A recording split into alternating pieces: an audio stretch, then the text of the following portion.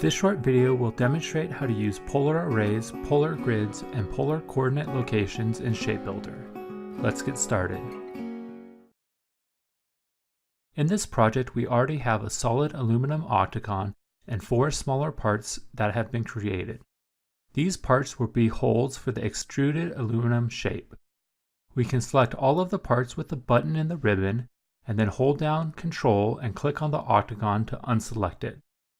Now with only the 4 smaller parts selected, we can set them to be holes in the Modify tab of the Project Manager. Now let's lock the octagon so we don't accidentally move it when we are working in the sketch view. Next, let's center the first hole shape on the origin and click the isArray box. We will then check the Use Polar Array box to have a polar array instead of the rectangular array shown. For this part, we want 8 shapes per ring with only 1 ring of shapes. Also, we will specify the radius for the polar ring. Switching to the analysis view, we can see the 8 notches created in the flattened model. We will move the next hole to the origin and create a polar array out of that part.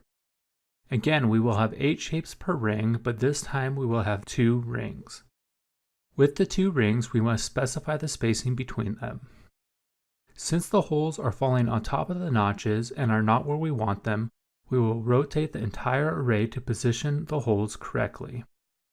Once again, we can see the result of the flattened shape in the analysis view. We will make our final polar array with the next shape in the same manner we made the previous arrays. Now looking at the analysis view, we see the final extruded aluminum shape. Let's say that we want to change this extruded shape a bit and have different notches on 4 of the 8 sides. Switching back to the sketch view, we will select the array and click the Explode Array button on the Shapes ribbon. Now the parts are independent of each other and we can select and delete the individual parts of what used to be the array. Selecting the circular hole, let's create a rectangular array and then explode the array to create 4 independent parts, since this is faster than copying and pasting the circle 4 times. The 4 circular holes need to be centered on the side of the octagon, but there are no vertices to snap to. We can add a polar drawing grid to the sketch view and adjust the extents of the grid.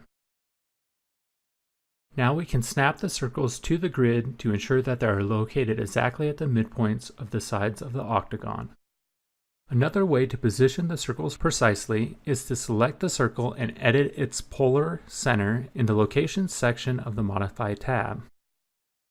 As you can see, polar arrays, polar grids, and polar coordinate locations are powerful features of ShapeBuilder that can help you easily create the exact shape that you need. Thanks for watching and have a great day.